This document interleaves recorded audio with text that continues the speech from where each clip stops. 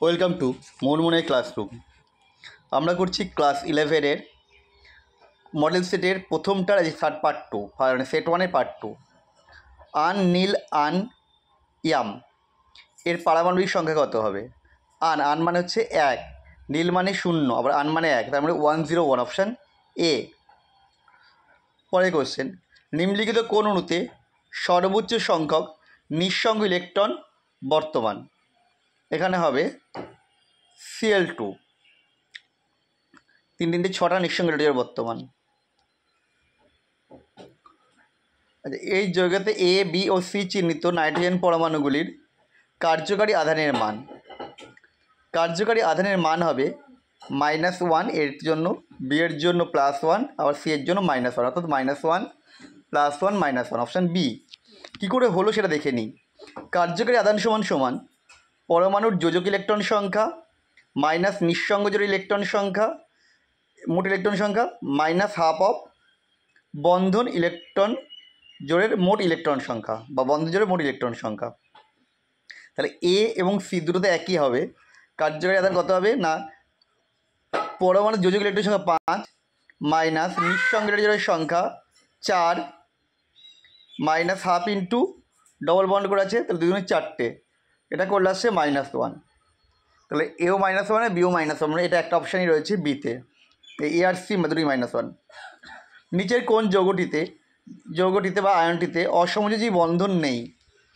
এটা হবে SF6-এ কোনো অসমযোজী বন্ধন নেই, 6টাই সমযোজী বন্ধন। ছবিটা আমরা দেখিয়ে দিয়েছি। নিম্নলিখিত কোণগুলির মধ্যে কোনটি চৌম্বক ভ্রামক শূন্য হবে? এখানে যে দেখা যাচ্ছে যে সোডিয়ামে কোনো বিজোড় ইলেকট্রন নেই, ফলে এর চৌম্বক ভ্রামক শূন্য হবে না, চৌম্বক ভ্রামক বর্তমান থাকবে। কোন জোটটিতে একই ধরনের গঠন দেখা যায়?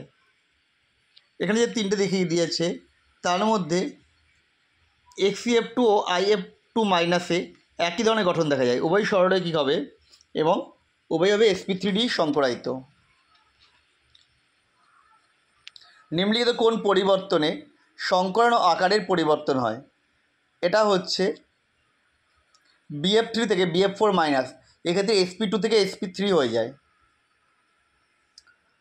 X পারমাণবিক ভর হচ্ছে 40, এর 5 গ্রাম পরমাণু পদার্থে একক কোষের সংখ্যা কত হবে? FCC গঠন হয়েছে। আমরা যে WN/Zm, তাহলে 5 × Na/4 × 40 করলে আসছে Na/32। দুটি মৌল X ও Y ঘনকাকার কঠিন কেলাস গঠন করে। Y পরমাণুগুলি ঘনকের প্রতিটি কোণে এবং Xগুলি X দেহকেন্দ্রে অবস্থান করে। যৌগের সংখ্যা, তাহলে X এর সংখ্যা কত হবে? 1, আর Y এর সংখ্যা কত হবে? 8 × 1/8, মানে 1। তাহলে X আর Y দুটোই এক করে থাকলে সংখ্যা দিয়ে যাবে X হয়, অপশান বি।